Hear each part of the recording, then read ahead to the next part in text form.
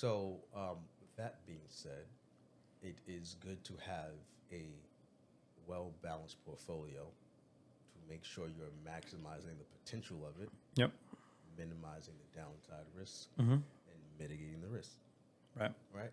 And as long as they can do that, obviously easier said than done. We talked about the complexities of inflation, um, consumer goods, the fluctuation, and just the cost of living.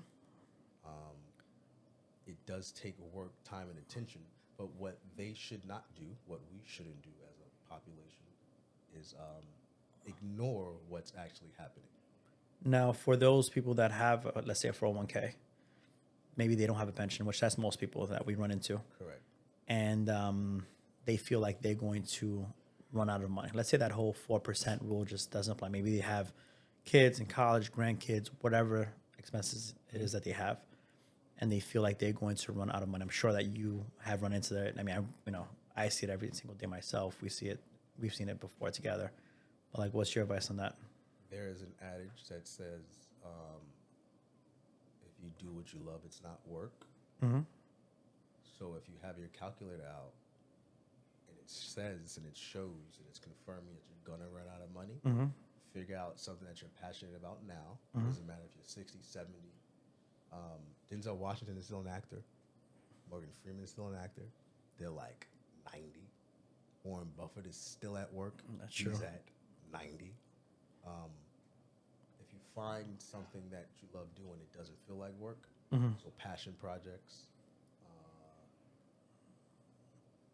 conviction, right? I have a lot of clients that when they retire, they'll get supplemental income by, I don't know, being a coach. Okay. Or driving a bus. They won't always be around youth for some reason. Okay.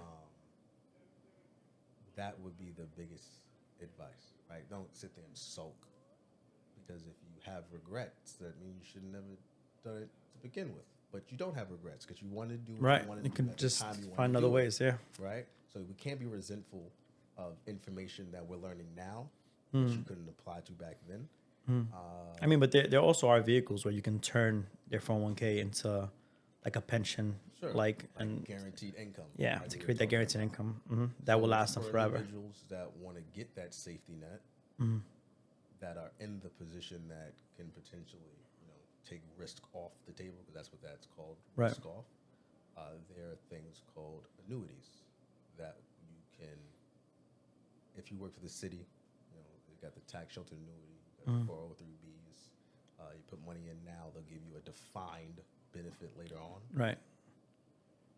The only thing with annuities is that, I mean, we specialize them, but they have like a bad name, right? There's always Why? like so it's like an old tale where people feel like they invest X amount of dollars and the insurance company is going to keep their money. It's not true. There's a bunch of different types of annuities, right? You have some for income, for growth, protection, but an insurance company is not going to keep your money. Like your beneficiaries, when should you pass away, would receive the money. Okay. And the money is not where you're never going to see it. The money's there. You have full control over it. Like it's just not going to disappear overnight. So how is that so as we're going down the pecking order of concerns, Yep. right? It usually runs to taxable concerns. Yep. And building that security, because once again, it's always a trade-off, right? You got to have pros and cons to everything. Yeah, I mean, and you're also not going to, most people think that most people hear the word annuity and they think I'm going to take all of my hard-earned money and put it into one product. And that's what you mentioned before, being diversified, right? Maybe an annuity is not for you. Maybe it is. Like, there's not one product that's good, one product that's just meant for everyone, right? Some people might love stocks. Some people might hate stocks. Some people might love real estate. Some people might hate it. Same thing with Bitcoin. So every product has a purpose. So an annuity serves a purpose. So as far as like the taxable implications, why would someone use an annuity? It's tax deferred. So you only pay taxes when you go to withdraw the money. You're not paying taxes every single year. So similar to like the American government, you're kicking your tax bill down the road. Yeah, kind of like Social Security. How every time you defer it, how it increases, higher payout. it's higher. It's very, very similar. Same thing. Except for with Social Security, you can't call up Social Security and say, hey, you know how you're supposed to give me that $1,500 a month? Yeah, just cut me a check for $500,000 and let me decide on how to invest it. Correct. It's not like that with the annuity. It's like that. It's a lump sum of money, and you can get monthly payments, or you can have it where it grows, and then after the agreement, you can withdraw the money with protection and growth. You can actually sleep at night. So since we're talking about taxes, which is like the boogeyman for everyone, Yeah. no one likes to pay taxes. No one does. No one does. Have you met anyone that likes to pay taxes? I've never met a soul. No one likes to pay that taxes. They don't even read the mail from the And then you get IRS. tax on taxes. Yes. Yeah. I hate it. I tell them the remedy: if you don't want to pay taxes, stop making money. Or move to Puerto Rico. Don't do that. Don't move to Puerto Rico. It's too much already. Way too much. It's way too much already. No one likes to pay taxes, and they feel like it's the boogeyman because I believe there's no real understanding of Right. taxes. And then, of course, you have that black cloud of, oh, where does my taxes go? I mean, that's irrelevant. Taxes are taxes. Yeah. But what you can do is you can stay educated on how it works. Talk to your tax preparer. If you have CPA, your CPAs. But sometimes they don't even know, accountants. right? Sometimes CPAs. They don't. They have an understanding. Yeah. Though. It's more than you. And then what else is so cool about information? Go is just go to irs.gov. And it's listed right there. Now the problem is disseminating the actual information, deciphering the actual information. So that's where you said delegating and getting a financial professional or someone in that field will help many individuals.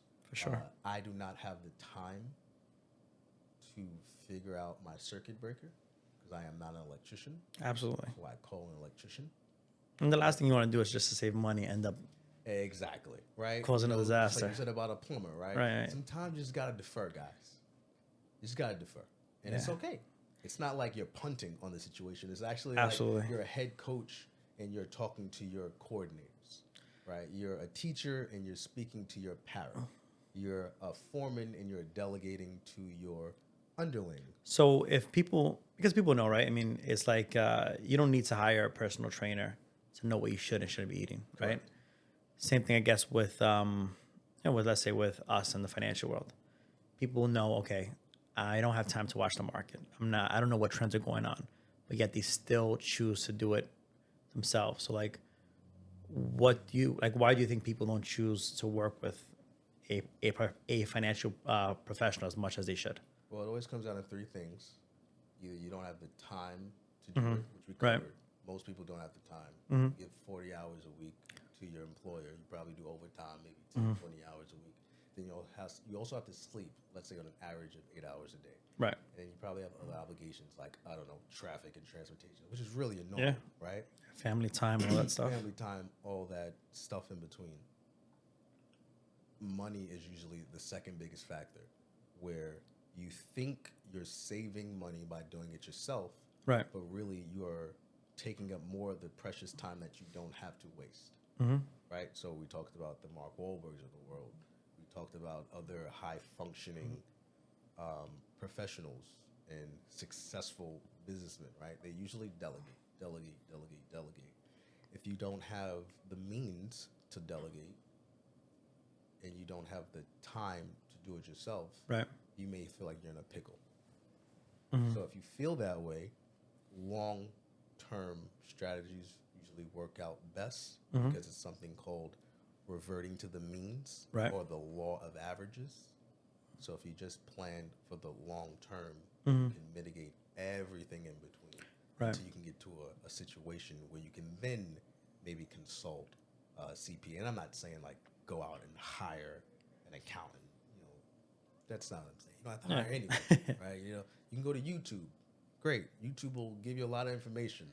But the issue is there's a lot of misinformation in the world. And Or maybe too much information, right? Like one thing that I noticed, and this is from my upbringing, I know ours is very similar, is sometimes it's just lack of education, which leads to like lack of confidence, right? When you don't know something, you go into, let's say, a bank, and there's a lot of jargon out there, stuff that you don't understand, like IRAs, 401ks, 403bs, 457s, like what the hell is that? What's a stock? What's a mutual fund? So sometimes people become, like scared or like, they just don't know what is the best move. Sometimes they just revert to speaking to their coworker or maybe going on YouTube and looking up something that's not necessarily for them, right? If you want to learn to be fiscally focused, click the link below and follow us.